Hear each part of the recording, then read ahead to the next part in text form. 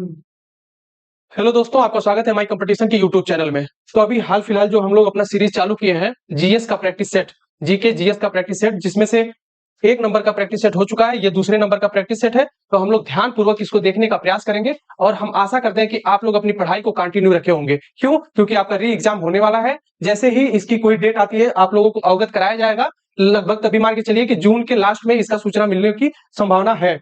और हमारे चैनल पे मैथ की भी कंटिन्यू क्लासेस चल रही हैं, हिंदी की भी चल रही है, करंट अफेयर्स की। आप लोग डेली उस चीज को, उस श्रृंखला को देखते रहिए और अपने प्रैक्टिस को करते रहिए। चलिए हम लोग अपने पहले सवाल पर चलते हैं। ये जो प्रैक्टिस सेट नंबर 2 है, इसका पहला सवाल देखते हैं क्या है। आप लोग ध्यान पूर्वक इसको पढ़ने का प्रयास करिएगा और उत्तर अगर आपको आ रहा है तो कमेंट बॉक्स में कमेंट करिएगा, ठीक है। तो पहला सवाल जो है, मौर्य वंश का मगध पर शासन कब किया था? ठीक, मौर्य वंश ने मगध पर शासन कब किया था, इस सवाल को आप लोग पढ़िए और ऑप्शन देखने का प्रयास करिए कि पहला ऑप्शन क्या है, गुप्त वंश के बाद। अब गुप्त वंश क्या होता है, इसके बारे में थोड़ा सा हम लोग चर्चा करते हुए चलेंगे। फिर उसके बाद ऑप्शन नंबर 2 है, लोधी वंश के बाद मौर्य वंश चालू हुआ था या फिर नंद वंश के बाद मौर्य वंश चालू हुआ था, इसके बारे में हम लोगों को जानकारी करनी है, ठीक है। तो इस सवाल का ऑप्शन नंबर सही होगा सी, नंद वंश के बाद, ठीक है। देखिए, एक वंश हुआ करता था नंद वंश। नंद वंश की स्थापना किए थे महापद्मनंद, ठीक है। इन्हीं के बाद एक और राजा हुए थे, वो थे घनानंद। तो घनानंद जब अपने राज्य में एक बार बैठे थे तो उनके राज्य पर आक्रमण करने वाला था कोई और, जो दूसरे राज्य का था। तो हमारे यहाँ पे एक चाणक्य नाम के व्यक्ति हुआ करते थे। क्या नाम था उनका? चाणक्य, ठीक है। चाणक्य, चाणक्य जो थे ये उस राजवंश में आए। कौन से राजवंश में? नंद वंश में आए और बताए कि राजा देखिए ऐसी सी बात है, आपके यहाँ आक्रमण होने वाला है। लेकिन राजा वो माने नहीं, यानी कि जो घनानंद था वो माना नहीं। वो लगा कि ये हमको सिखा रहा है, हम राजा हैं, राजा को सिखा रहा है। इसलिए ये बात उनको थोड़ा सा बुरी लगी, और बुरी लगी तो उन्होंने क्या किया कि चाणक्य को पूरे भरे दरबार में उनकी बेइज्जती करी। तब जाकर के चाणक्य ने वहीं पर प्रतिज्ञा ली थी कि मैं अपनी, यहाँ पे एक चोटी थी वो उसको बांध लिए थे, बताया कि हम इसको तभी खोलेंगे जब इस पूरे नंद वंश का हम अंत कर देंगे, ठीक है। तो फिर इसके बाद क्या हुआ कि चाणक्य चले गए और चाणक्य को रास्ते में एक लड़का मिला था जो चंद्रगुप्त मौर्य के नाम से बाद में जाना गया, जिसने ही मौर्य वंश का प्रथम प्रतापी राजा बना, ठीक है। तो वो किनके द्वारा आया था? चाणक्य के द्वारा लाया गया था। फिर उन्हीं के द्वारा नंद वंश के अंतिम जो घनानंद थे उनकी हत्या करवाई गई। उसके बाद जो है मौर्य वंश का स्थापना हुआ। तो इस तरह से ऑप्शन नंबर क्या सही होगा? सी, ठीक है। थोड़ा सा देख लेते हैं हम लोग विस्तार में कि गुप्त वंश जो है लगभग 300 वर्ष तक चला था। कितने वर्ष तक? 300 वर्ष तक। और गुप्त वंश के संस्थापक कौन थे? श्री गुप्त। देखिए, सबसे पहले इनका नाम श्री गुप्त नहीं पड़ा था, पहले इनका नाम गुप्त था। जब ये राजा बने तब जाकर के इन्होंने उपाधि ली, किसकी? श्री की। तो श्री की उपाधि लेकर के ये क्या हुए? श्री गुप्त कहलाए, ठीक है। और गुप्त वंश का देखिए, हर राज्य का उस समय एक चिन्ह हुआ करता था। क्या चिन्ह? जैसे मौर्य काल हुआ, मौर्य काल का एक चिन्ह था, गुप्त वंश का चिन्ह था, नंद वंश का चिन्ह था। इसी तरह से गुप्त वंश का एक चिन्ह था, क्या था? गरुड़। गरुड़ उस राज्य का, उस समय का चिन्ह हुआ करता था। और गुप्त वंश को स्वर्ण युग के नाम से जाना जाता है। किस युग के नाम से? प्रश्न पूछा जा सकता है परीक्षा में कि स्वर्ण युग के नाम से किस वंश को जाना जाता है। ऑप्शन उसमें होगा गुप्त वंश, जिसको आप लोग सही करके आएंगे, ठीक है। इसी गुप्त वंश का जो संस्थापक था, ठीक है। आगे चलते हैं, हम लोग सवाल देखते हैं अगला। इसमें देख लेते हैं लोधी वंश के बारे में थोड़ा सा, ठीक है। अब लोधी वंश की स्थापना कब हुई थी और लोधी वंश का जो है कब से कब तक कार्यकाल था? तो लोधी वंश जो 1451 से लेकर 1526 तक था। कितना? 1451 से 1526 तक लोधी वंश चला था, ठीक है। 1526 में आपको पता होगा कि बाबर आया था और वो यहाँ पे इब्राहिम लोधी को, उन दोनों से युद्ध हुआ और इब्राहिम लोधी को हरा करके बाबर ने यहाँ पे भारत में मुगल साम्राज्य की स्थापना की थी। किसकी? मुगल साम्राज्य की, ठीक है। तो ये वही लोधी वंश है, अंतिम लोधी वंश है जो मुगल साम्राज्य से पहले था। तो मुगल साम्राज्य का अंतिम शासक कौन था? इब्राहिम लोधी, याद रखिएगा। इब्राहिम लोधी को हरा करके कौन? बाबर, जो अफगान से, कहां से आया था? अफगानिस्तान से आया था। इसने ही फिर मुगल काल की स्थापना की, ठीक है। तो लोधी वंश का संस्थापक जो है वो बहलोल लोधी है। कौन है? बहलोल लोधी। भारत का पहला अफगान अगर कोई वंश है, ये सवाल अगर पूछे कि भारत का पहला अफगान वंश कौन है, तो आपको साधारण तरीके से बताना है कि वह है लोधी वंश। क्या? लोधी वंश ऐसा वंश था जो भारत का पहला अफगान वंश था, ठीक है। और आप लोगों को थोड़ा सा बताते चले नंद वंश के बारे में। अभी बताए थे नंद वंश के बारे में कि इसके अंतिम जो शासक थे घनानंद, इन्हीं को, इन्हीं की बेइज्जती की गई थी। किसकी? चाणक्य की। तो चाणक्य की बेइज्जती करवाया था किसने? घनानंद ने, पूरे भरी सभा में। और फिर उसका फल मिला उनको कि उनके पूरे नंद वंश को समाप्त कर दिया गया। किसके द्वारा? चंद्रगुप्त मौर्य के द्वारा। और उसमें हाथ किसका था? चाणक्य का था, ठीक है। चलिए अगला सवाल हम लोग देखते हैं। देखिए उसी से रिलेटेड सवाल आ गया आपका, इसमें हिस्ट्री से सवाल है कि इब्राहिम लोदी किसके द्वारा पराजित हुआ था? कौन? इब्राहिम लोदी। अभी अभी हाल ही में ये जो पहला सवाल हम बताए हैं उसमें इस सवाल का आंसर अगर आप लोग देखे होंगे तो बता सकते हैं कि पहला क्या अकबर था या हुमायूं था या बाबर था। तो इब्राहिम लोदी जो था लोदी वंश का अंतिम शासक था, ठीक है। और लोदी वंश के अंतिम शासक इब्राहिम लोदी को हराया किसने? बाबर ने। बाबर बाबर इसको पराजित करके मुगल साम्राज्य की नींव रखा था। किसकी? मुगल साम्राज्य की। कहां पे? भारत में, ठीक है। ये आया कहां से था? अफगानिस्तान से। तो मुगल साम्राज्य की नींव किसने रखी थी? बाबर ने। किसको हरा के? इब्राहिम लोदी को। ऑप्शन नंबर क्या सही होगा? Option number C is the correct हो जाएगा, ठीक है। आइए थोड़ा सा हम लोग डिस्कस कर लेते हैं इसके बारे में कि मुगल साम्राज्य कब से कब तक था। 1526 से 1857 तक मुगल साम्राज्य था। 1857 की क्रांति हुई थी, आप लोगों को याद होगा, ठीक है। वहां तक बहादुर शाह जफर द्वितीय ये मुगल साम्राज्य का अंतिम शासक था। इनके बाद से अंग्रेजों का शासन यहां पर स्थापित हुआ। हालांकि अंग्रेज तो 1600 के आसपास ही आ गए थे, लेकिन मुख्य रूप से देखा जाए तो मुगल साम्राज्य 1526 से 1857 तक था, ठीक है। तो मुगल साम्राज्य का पहला जो संस्थापक था वो बाबर था, यानी पहला राजा भी वही था। कौन? बाबर। उसके बाद उसका बेटा हुमायूं आया। देखिए हुमायूं के बारे में कहा जाता है कि हुमायूं भागते दौड़ते अपनी पूरी जिंदगी को खत्म कर दिया। क्यों? क्योंकि पहली बार जब ये राजा बना तो कुछ वर्ष के लिए बना, फिर इसके बाद शेर शाह सूरी के द्वारा पराजित कर दिया गया था। शेर शाह सूरी के पराजित करने के 10 वर्ष के बाद फिर से हुमायूं आया और भारत पर आक्रमण करके फिर से एक बार राजा पुनः बना। इसलिए इसका 2 कार्यकाल है। देखिए बहुत कंफ्यूजन करता है, बच्चे समझ नहीं पाते हैं कि ये मुगल साम्राज्य में शेर शाह सूरी कौन था और कहां से आ गया। ये सूरी वंश का राजा था शेर शाह सूरी।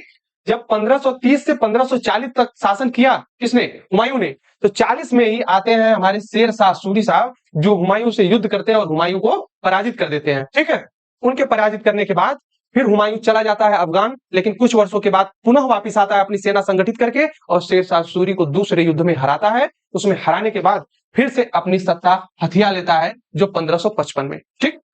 1 वर्ष तक रहता है, 56 में इसकी मृत्यु हो जाती है, ठीक है। अगला हुमायूं का बेटा आता है अकबर। अकबर देखिए 1556 से 1605 ईस्वी तक शासन करता है। अकबर अपने शासनकाल में बहुत सारे अच्छे काम भी करता है और थोड़ा देखिए जो अच्छा करता है उसको कुछ बुरा भी करता है। तो इसमें अकबर को हम लोग देखेंगे जब टॉपिक वाइज इसका अध्ययन किया जाएगा सारे टॉपिक्स का, तो उसमें हम आप लोग को डिटेल्स में चर्चा करेंगे। फिर इसके बाद जहांगीर आते हैं और शाहजहां साहब आते हैं जो ताजमहल का निर्माण करवाते हैं, ठीक है। चलिए अगले सवाल पर चलते हैं हम लोग। हमारा अगला सवाल है, देखिए ये स्टैटिक से आता है या करंट अफेयर से भी देख लेते हैं, ऑर्गेनाइजेशन से। कि FAO, ये FAO क्या है, का फुल फॉर्म क्या है, ये होता क्या? क्या फूड एंड ऑर्गेनाइजेशन होता है, या फेडरेशन एंड ऑयल होता है, या फूड एंड एग्रीकल्चर ऑर्गेनाइजेशन होता है? क्या होता है? आप लोग को अगर आंसर आ रहा हो तो कमेंट बॉक्स में कमेंट करिएगा। देखते हैं FAO का फुल फॉर्म क्या होता है। देखिए F से होता है फूड, फूड मतलब भोजन होता है, एंड एग्रीकल्चर, एग्रीकल्चर मतलब कृषि, ऑर्गेनाइजेशन संगठन, फूड एंड एग्रीकल्चर ऑर्गेनाइजेशन। इस हिसाब से option number C is the correct हो जाएगा, ठीक है। थोड़ा सा FAO के बारे में हम लोग देख लेते हैं। देखिए FAO एक संस्था है, कैसी संस्था है? जो कृषि खाद्य वानिकी के बारे में रिपोर्ट जारी करती है, ठीक है। फूड एंड एग्रीकल्चर ऑर्गेनाइजेशन, ये एग्जाम में सवाल पूछा जाता है, इसका शॉर्ट फॉर्म दे देगा FAO, पूछता है कि इसका फुल फॉर्म क्या होगा, या ये कौन सी संस्था है, इसको संचालित कौन करती है। देखिए UNO एक संस्था है, यूनाइटेड नेशन ऑर्गेनाइजेशन, इसके द्वारा FAO का संचालन किया जाता है, ठीक है। FAO में सदस्य देशों की संख्या 194, कितने हैं? FAO में 194 देश हैं, ठीक है। और इसका स्थापना की बात अगर की जाए, FAO food and agriculture organization, देखिए बार बार आप बोलेंगे तो आपको वो चीज याद हो जाएंगी, फूड एंड एग्रीकल्चर ऑर्गेनाइजेशन, ठीक है। इसकी स्थापना हुई थी 16 अक्टूबर सन 1945 को। कब हुई थी? 16 अक्टूबर सन 1945 को। इसका मुख्यालय आपको देखने को मिलेगा इटली के रोम शहर में। कहां पे? इटली के रोम शहर में। और इसके अध्यक्ष अभी कौन है? Q Dong you. कौन है? Q Dong you. नाम देखिए थोड़ा सा कठिन होता है क्योंकि अंग्रेजों का नाम थोड़ा सा कठिन होता है, आप कई बार अगर उसका रिवाइज करेंगे तो आपको बोलने में आसानी होगी। अगला सवाल देखते हैं। अगला सवाल हमारा है क्वेश्चन नंबर 4। आप लोग पढ़िए, इसको ध्यानपूर्वक पढ़ने का प्रयास करिए कि ये पंडित जानकी प्रसाद का संबंध किस घराने से है। देखिए घराना शब्द आते ही हमारे दिमाग में क्लिक होना चाहिए कि घराना होता क्या है, किस चीज को घराना बोला जाता है। देखिए सिंपल वे में अगर हम बताएं, जैसे मेरा घर है या किसी का घर है, अगर उस घर में उसके पिता या उसके दादा डॉक्टर हैं तो अक्सर ऐसा प्रयास किया जाता है कि मेरा बेटा मेरा पोता जो हो वो डॉक्टर ही हो, या मास्टर है तो मास्टर ही हो। तो वो पीढ़ी दर पीढ़ी अपने पद को उसी प्रकार से करना चाहते हैं। जैसे मान लीजिए किसी के घर में नेता हो, विधायक हो, सांसद हो, तो वो यही चाहेंगे कि नेता और सांसद बने। तो यही जो प्रक्रिया दर बाई दर या पीढ़ी दर पीढ़ी चलती है, उसी को घराना बोला जाता है। जैसे देखिए पंडित जानकी प्रसाद क्या थे? संगीतकार थे। इनके घराने में जितने लोग हुए वो सभी संगीतकार थे। कोई तबला वादक था, कोई संगीतकार था। तो इसमें यह सवाल पूछा गया कि पंडित जानकी प्रसाद साहब किस घराने से संबंध रखते थे? तो आप लोगों को समझ में आ गया होगा कि घराना क्या चीज होता है। क्या ये अयोध्या से संबंधित थे, बनारस से थे, या कानपुर से, या इनमें से कोई नहीं? तो देखिए एक बनारस का घराना हुआ करता था जो संगीत से संबंधित हुआ था। ठीक, तो पंडित जानकी प्रसाद जो थे वो बनारस घराने से संबंध रखते थे। कौन से घराने से? बनारस। तो option number B is the correct हो जाएगा क्वेश्चन नंबर 4 का। चलिए हम लोग अगला सवाल देखते हैं। अगला सवाल हमारा क्या है? भारत की आजादी के समय भारत के वायसराय कौन थे? देखिए ये आधुनिक भारत से सवाल है। अभी हम लोग हिस्ट्री के ही पोर्शन को देख रहे हैं। इसमें 3 पोर्शन होता है। एक होता है प्राचीन इतिहास। तो प्राचीन इतिहास से कोई बहुत ज्यादा सवाल आपके एग्जाम में नहीं पूछा जाता है, लेकिन फिर भी 1-2 सवाल आ जाता है। और मध्यकालीन इतिहास, और सबसे महत्वपूर्ण होता है आधुनिक भारत का इतिहास और इंडियन नेशनल मूवमेंट, भारतीय राष्ट्रीय आंदोलन। ठीक है, तो ये आपका सवाल जो है भारत की आजादी के समय भारत का वायसराय कौन था? देखिए भारत आजाद कब हुआ था ये सबको पता है, 15 अगस्त 1947 को हमारा देश स्वतंत्र हुआ था। अंग्रेजों के इतने बड़ी गुलामी से आजाद हुआ था। 200 वर्ष बहुत होता है। तो उस समय हमारे देश में वायसराय के पद पर कौन था जब भारत आजाद हो रहा था? क्या लॉर्ड कैनिंग साहब थे, लॉर्ड रिपन साहब थे, या लॉर्ड माउंटबेटन थे? देखिए लॉर्ड कैनिंग तो होंगे नहीं, रिपन भी नहीं होंगे। इस सवाल का आंसर है लॉर्ड माउंटबेटन। क्यों?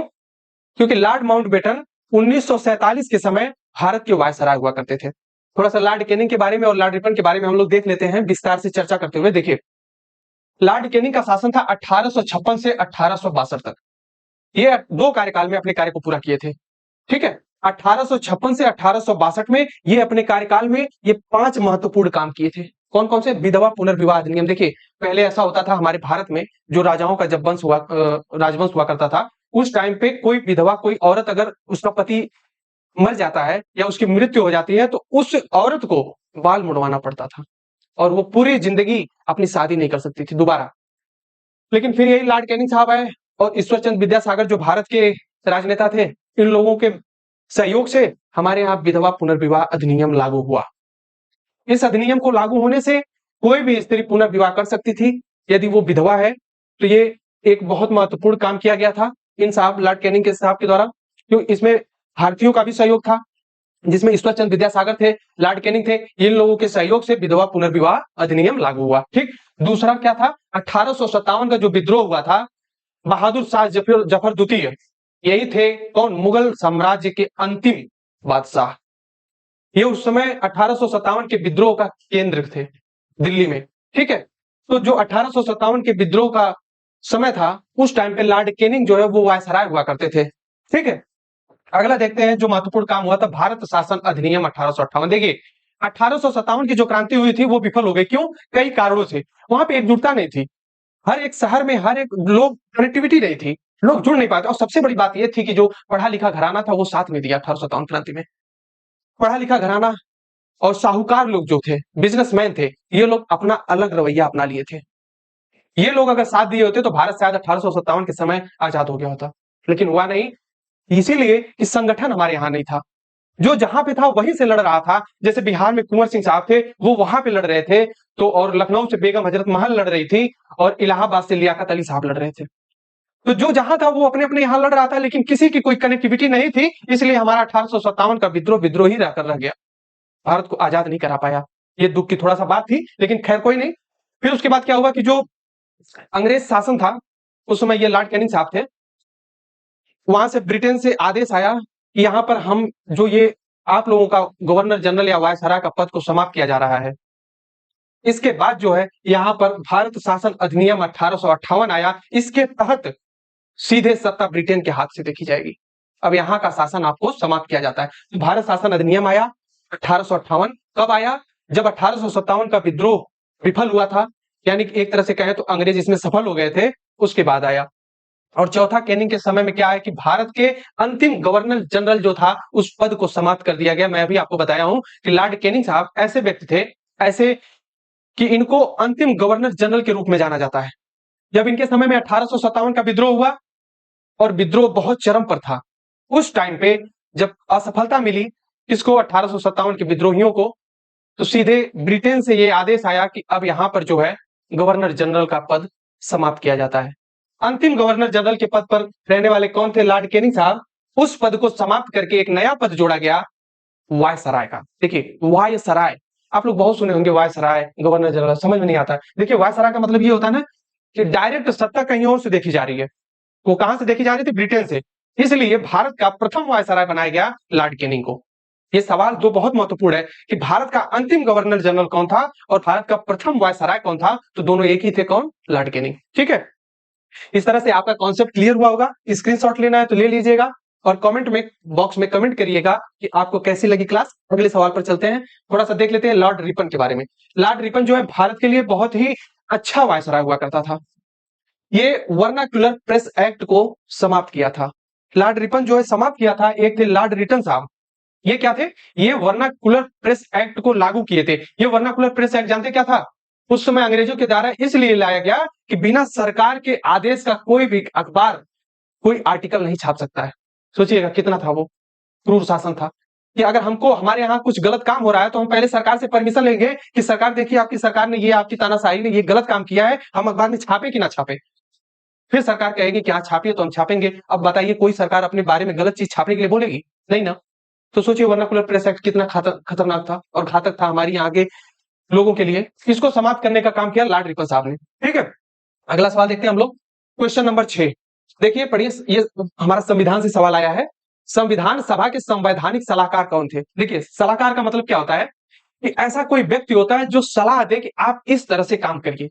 देखिए काम करने के लिए तो हम कर सकते हैं, तरीका होता है कि जैसे मान लीजिए हम मैथ पढ़ा रहे हैं तो मैथ को हमें पता है इस वे में लेकर जाना है, लेकिन अगर एक गाइडेंस हो, कोच होता है जिसको कोच बोला जाता है, क्रिकेट में होता है, फुटबॉल में होता है, उस प्रकार के लोगों को सलाहकार के रूप में संज्ञा दी जाती है। तो संविधान का संवैधानिक सलाहकार कौन था, क्या बी आर अम्बेडकर साहब थे या सरदार वल्लभ भाई पटेल या बी एन राव। तो आप लोगों को पता होगा option number C is the correct है, बी एन राव। क्या नाम उनका, बी एन राव। ये संवैधानिक सलाहकार थे किसके, संविधान सभा के। ठीक है, चलिए नेक्स्ट क्वेश्चन देखते हैं हम लोग, मौलिक अधिकार किस देश के संविधान से लिया गया। देखिए अभी पहली वीडियो में हम स्रोत के बारे में बताए थे कि भारत का जब संविधान बना था तो कई देशों से अलग अलग चीजें ली गई थी। जैसे जापान से कुछ लिया गया था, जर्मनी से लिया गया था, ऑस्ट्रेलिया से लिया गया था, दक्षिण अफ्रीका से लिया गया था। तो 7-8 देश ऐसे हैं जिसको आपको याद करना है। उन्हीं देशों से हमारे भारत में कुछ कुछ आर्टिकल, कुछ कुछ फैक्ट लिए गए हैं।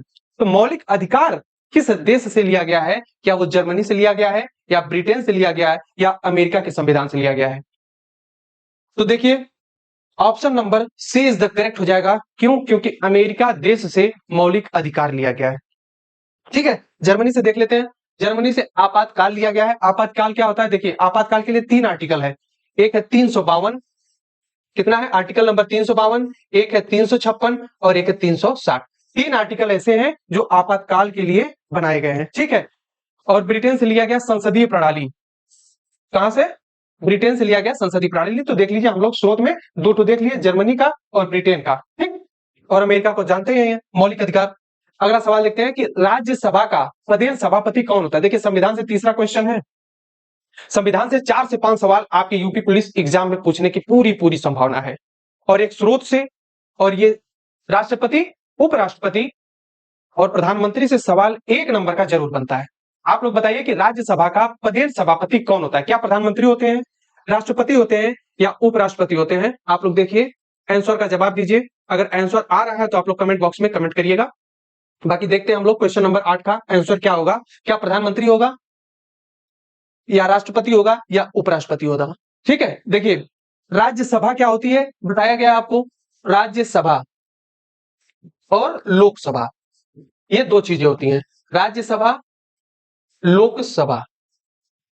ठीक, तो राज्यसभा में सांसद बैठते हैं और लोकसभा में भी सांसद बैठते हैं। अंतर यही है कि राज्यसभा कभी भंग नहीं होती। मतलब यहां पर चुनाव हर साल जैसे नहीं होता कि अभी लोकसभा का चुनाव हर 5 साल पे होता है, लेकिन राज्यसभा का चुनाव होता है हर 2 साल पे। इनका कार्यकाल होता है 6 वर्ष का। लेकिन राज्यसभा कभी विघटित नहीं होती है। लोकसभा अगर सरकार चाहे या प्रधानमंत्री या राष्ट्रपति चाहे तो इसको भंग कर सकते हैं। ठीक है, तो जो राज्यसभा में का पदेन सभापति होता है वह उपराष्ट्रपति होता है। उपराष्ट्रपति ही राज्यसभा में बैठता है, राज्यसभा का मुखिया होता है। ठीक है, चलिए थोड़ा सा देख लेते हैं उपराष्ट्रपति के बारे में। तो हमारे संविधान में उपराष्ट्रपति से संबंधित अनुच्छेद 63 से 70 तक दिया गया। कितना? 63 से 70। तो आइए देखिए इसके बारे में थोड़ा सा एक तो ट्रिक बता दें। उस ट्रिक के माध्यम से आप लोग उपराष्ट्रपति के पूरे आर्टिकल को, पूरे शपथ को, पूरे कार्यकाल को, उसके समय, उसके निर्वाचन को और सभापति कब तक है कब तक नहीं रहेगा, इन सब के बारे में आपका कॉन्सेप्ट क्लियर हो जाएगा। एक ट्रिक है उसका निकास शनि, ये थोड़ा सा आप लोगों को पता लगेगा, लेकिन एक दो बार अगर रिवाइज करेंगे ना तो आपको आसानी से समझ में आ जाएगा। क्या है उसका निकास शनि? उसे क्या होगा? उपराष्ट्रपति। देखिए भारत के संविधान के आर्टिकल नंबर 63 में कहा गया है कि भारत का एक उपराष्ट्रपति होगा। ठीक, स से क्या है? सभापति। और अनुच्छेद 64 में बताया गया है कि राज्यसभा का सभापति, पदेन सभापति अगर कोई होगा तो वो होगा उपराष्ट्रपति। ठीक है, आर्टिकल नंबर 64 में। अगला देखते हैं नी से निर्वाचन। उपराष्ट्रपति का निर्वाचन होता है अनुच्छेद 66 में। इसके बाद कार्यकाल देख लेते हैं। कार्यकाल आर्टिकल नंबर 67 में दिया गया है। और उपराष्ट्रपति का समय के बारे में अगर बताया जाए तो वो आर्टिकल नंबर 68 में दिया गया है। और ये जो शपथ लेते हैं, कोई भी संवैधानिक पद हुआ उसकी शपथ दिलवाई जाती है। तो उपराष्ट्रपति के लिए जो शपथ होता है वो आर्टिकल नंबर 69 होता है। ठीक है, इस तरह से उपराष्ट्रपति 63 से लेकर 70 के बीच में अगर उल्लेख किसका है? उपराष्ट्रपति का है। आप लोग इसको देख लीजिएगा, स्क्रीनशॉट ले लीजिए।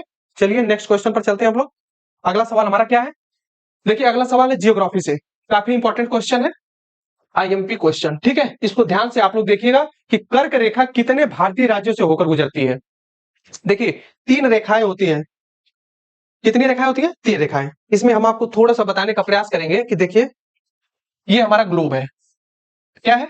ग्लोब। ठीक, इस ग्लोब में ये होता है हमारा भूमध्य रेखा। क्या होती है? भूमध्य रेखा। कितने डिग्री पर? 0 डिग्री पर। एक होती है कर्क रेखा, ये नॉर्थ साइड में। देखिए ये हमारा उत्तरी ध्रुव है। क्या है? उत्तरी ध्रुव। और ये है साउथ पोल, दक्षिणी ध्रुव। ठीक है, और ये हमारा कर्क रेखा। कर्क रेखा, कर्क रेखा कितनी डिग्री पर होती है? आप लोग कमेंट बॉक्स में बताइएगा। और देखिए नीचे होती है मकर रेखा। तो यही कर्क रेखा भारत के कितने राज्यों से होकर गुजरती है? तो देखिए भारत का रफली अगर मैप थोड़ा सा बनाने का प्रयास करूं मैं, तो ऐसे इंडिया का यहां पर मैप है। ठीक, तो भारत में कितने राज्यों से होकर कर्क रेखा गुजरती है? तो ये ऑप्शन नंबर ए हो जाएगा। 8 राज्य ऐसे हैं जहां से कर्क रेखा होकर गुजरती है। अब वो कौन कौन से राज्य हैं? तो देखिए क्रम वाइज अगर देखने का प्रयास करें तो सबसे पहले होता है गुजरात। गुजरात सबसे पहले नंबर पर आएगा। फिर गुजरात के बाद आपको थोड़ा सा देखने के लिए मिलेगा राजस्थान। दूसरे नंबर पर राजस्थान से होकर गुजरती है। तीसरे नंबर पर आता है मध्य प्रदेश। मध्य प्रदेश।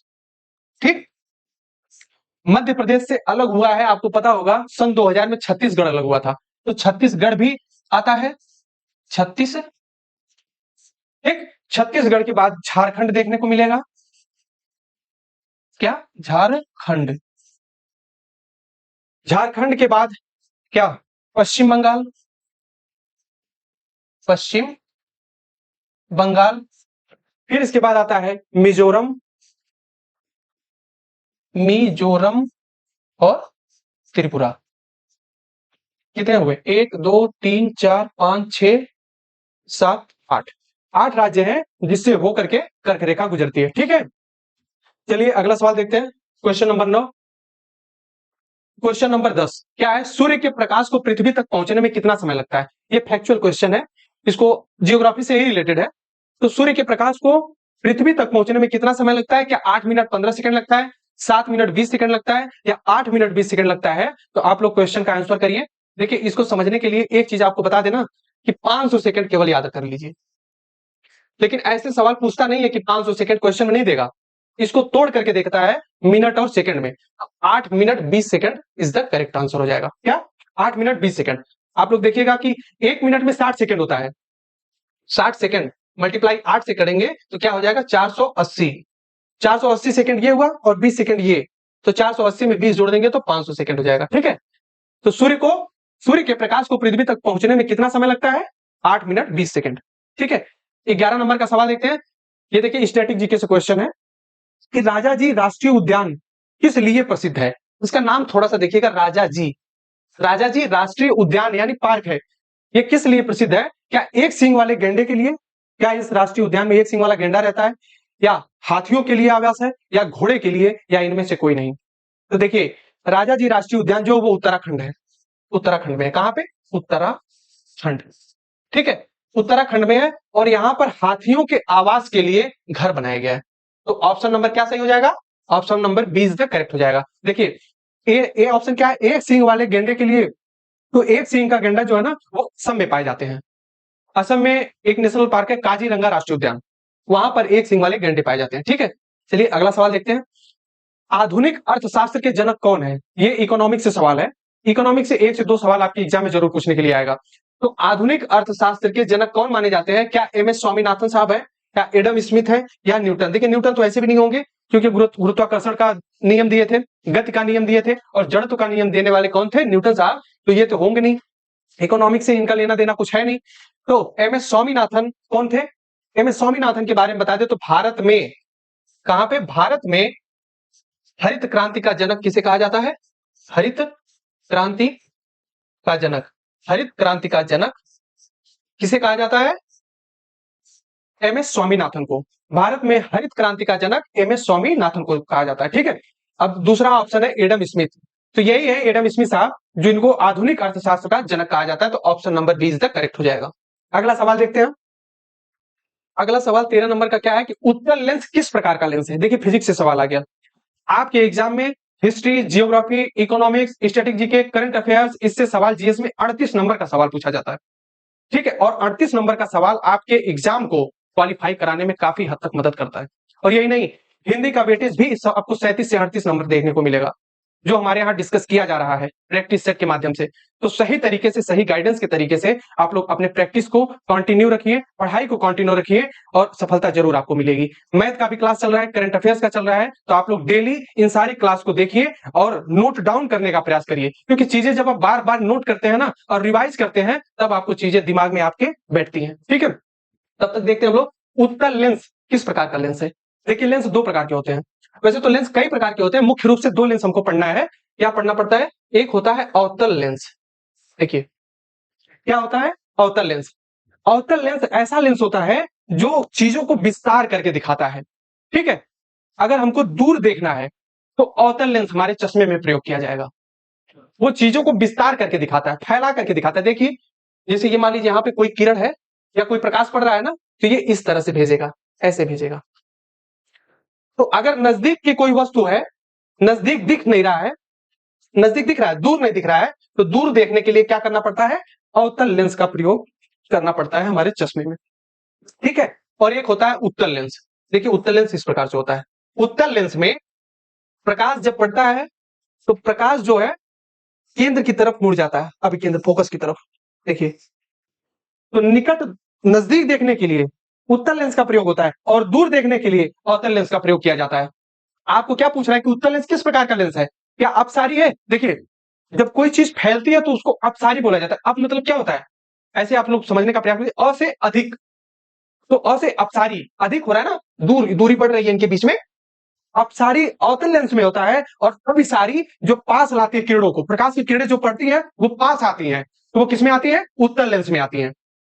तो इस तरह से क्वेश्चन नंबर 13 का option number C is the correct हो जाएगा कि उत्तल लेंस में किस प्रकार का लेंस प्रयोग होता है? तो वो अभिसारी प्रकार का लेंस लगाया जाता है, ताकि वस्तुएं क्लोज हों, उसको नजदीक करके देखा जा सके। अक्सर गाड़ियों में देखते हैं आप लोग, उत्तल लेंस का प्रयोग किया जाता है उसके साइड मिरर में। जब हम गाड़ी चलाते हैं तो साइड मिरर में बगल की गाड़ी देखने के लिए वो दूर रहती है, मगर नजदीक दिखाई देती है, तो उसका कारण होता है उत्तल लेंस, उसमें अभिसारी गुण होता है। क्वेश्चन नंबर हमारा 14 क्या है? सबसे न्यूनतम अंतरा आणविक किस पदार्थ में होता है? देखिए, अंतरा आणविक का मतलब ये होता है ना, जैसे उसके अंदर के आणविक अणु, जैसे एक अणु, दो अणु, तीन अणु। सबसे पहले देखिए, पदार्थ होता है। पदार्थ के बारे में थोड़ा सा आपको बता दें, ये केमिस्ट्री से सवाल है। तो पदार्थ तीन प्रकार का होता है, चौथा प्रकार भी है, अभी उस पर रिसर्च जारी है। तो सबसे पहले ठोस, द्रव, गैस। तो ठोस के जो अणु होते हैं, किसके? जो ठोस होता है ना, हमारी पदार्थ की अवस्था एक होती है। देखिए, पहले नंबर पर होती है ठोस। क्या होती है? ठोस। ठोस को हम थोड़ा सा देखते हैं। देखिए, पहली है ठोस, एक है द्रव, और तीसरी है गैस। ये पदार्थ की 3 अवस्थाएं हैं। ठीक, तो ठोस मान लीजिए इस बर्तन में है, और द्रव इस बर्तन में है, और गैस इस बर्तन में है। ठीक, देखिए ठोस के जो अणु होंगे वो काफी नजदीक होंगे, इनके अणुओं के बीच में जगह बहुत कम होगी। ठीक, ठोस के अणुओं के बीच में गैपिंग बहुत कम होगी और थोड़ा सा ज्यादा होगी द्रव में। द्रव के अणुओं के बीच में जगह तो होगी, ठोस से थोड़ा ज्यादा होगी। अच्छा, गैस की बात की जाए कि गैस के अणुओं के बीच में कितनी जगह होगी, तो गैस के अणुओं के बीच में सबसे ज्यादा जगह होंगी। इसीलिए तो गैस के अणु हवा में फैल जाते हैं। क्या ठोस हवा में फैलता है? ठोस मान लो ये पेन है, पेन को उड़ा देंगे, क्या उड़ जाएगा? नहीं उड़ेगा। इसके अणु जो है पास पास हैं। ये बताने से हमारे यही समझ में आता है कि सबसे न्यूनतम अंतरा आणविक किस पदार्थ में है, यानी अणु किस पदार्थ की अवस्था में सबसे नजदीक है। क्या ठोस में है, द्रव में है, या गैस में है? तो बताइए, ठोस में ना होगा। अंतरा आणविक किस पदार्थ में होता है? अंतरा न्यूनतम, न्यूनतम पूछा, याद रखिएगा, न्यूनतम मतलब कम से कम, ठोस में होगा। ठीक है, तो option number A is the correct हो जाएगा। ठीक है, चलिए अगला सवाल देखते हैं। आशा करेंगे आप लोगों को क्लास बहुत अच्छी लगी होगी या लग रही होगी, जो भी हो। अगर अच्छा लगे तो थोड़ा सा आपको जो करना होगा करिएगा। तो क्वेश्चन नंबर 15 देखते हैं। ये हमारे इस सेशन का लास्ट सवाल है। आखिरी सवाल क्या बोल रहा है कि ओजोन परत की मोटाई किस यंत्र, यंत्र नहीं होता, देखा भैया, यंत्र ई ना होला, यंत्र 2 प्रकार का होता है।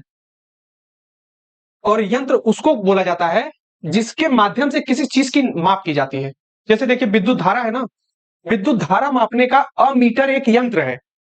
अमीटर क्या है? यंत्र है। लेकिन विद्युत धारा किस यूनिट में मापी जाती है, किस इकाई में मापी जाती है, तो वो एम्पियर होता है। तो यहां पे गलत टाइपिंग हो गया है, यंत्र की जगह पे इकाई होना चाहिए था। ओजोन परत की मोटाई किस इकाई में मापी जाती है, यंत्र की बात करें तो वो अलग हो जाएगा, लेकिन किस इकाई में मापी जाती है, तो इसका option number C is the correct हो जाएगा, डॉप्सन। डॉप्सन इकाई में ओजोन परत की मोटाई मापी जाती है। देखिए ओजोन का सूत्र अक्सर पूछता है कि ओजोन में कितने अणु होते हैं, तो ओजोन का फार्मूला होता है O3। क्या होता है? O3। ओजोन को इस प्रकार से लिखा जाता है। ठीक है, आपका पहला ऑप्शन है बैरोमीटर। बैरोमीटर क्या होता है? जैसे मान लीजिए ये वायुमंडल है, वायुमंडल में वायु का प्रेशर कितना है, वायु की दाब कितनी है, बहुत स्पीड में हवा चल रही है, कम है, या इस समय एकदम नहीं चल रही, पता नहीं चलता, कभी कभी हवा चल रही है कि नहीं चल रही है, तो इसकी माप कौन करता है? बैरोमीटर। ठीक, अमीटर क्या करता है? अभी मैं एक्सप्लेन कर ही दिया हूं कि अमीटर एक यंत्र है जिसके माध्यम से विद्युत धारा मापी जाती है, और डॉप्सन एक ऐसी इकाई है जिसके माध्यम से ओजोन परत की मोटाई मापी जाती है। ठीक है, आशा करते हैं आप लोगों को क्लास अच्छी लगी होगी, और देखते रहिए MI कंपटीशन के यूट्यूब चैनल में। मिलते हैं अगली क्लास में, तब तक के लिए जय हिंद।